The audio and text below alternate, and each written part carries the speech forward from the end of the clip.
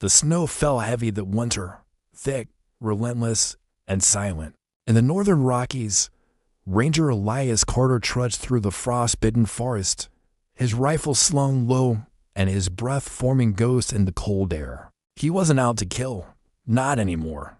There had been a time, years ago, when Elias hunted wolves for bounties. But regret has a way of echoing louder than gunshots. Now, he protected the same creatures he once feared.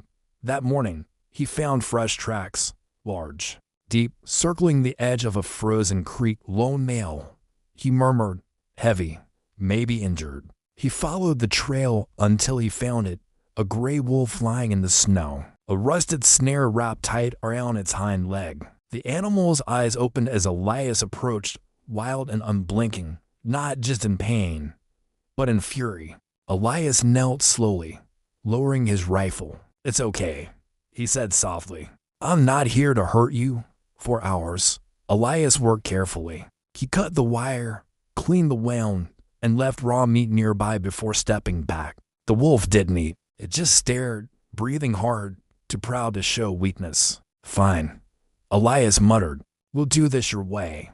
He built a small fire and sat a few feet away, his back to the animal, pretending not to watch. The snow hissed and fell, and somewhere in the trees, a crow cried once, then vanished. By morning, the meat was gone. The wolf had limped away, leaving only paw prints and a single drop of blood. Elias smiled. "Good boy. Go home." Weeks passed. Winter deepened, and the forest grew quiet. Then, one night, Elias heard a sound outside his cabin. A low, haunting howl rolling over the valley. He stepped onto the porch, rifle in hand, and froze. At the edge of the tree line, half glimpsed in moonlight, stood the same gray wolf, stronger now, scars still visible. He stared at Elias for a long moment, and then, to the ranger's astonishment, he bowed his head. Elias lowered his rifle. "You remember me."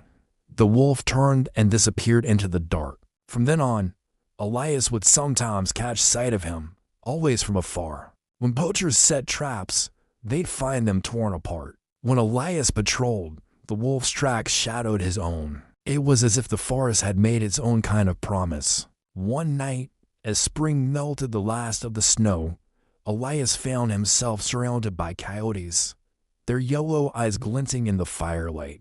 Before he could move, a gray blur shot from the trees, silent, fast, and furious. The wolf drove them off, growling until the night was still again. Elias sank to his knees, heart pounding. "Guess that makes us even," he whispered.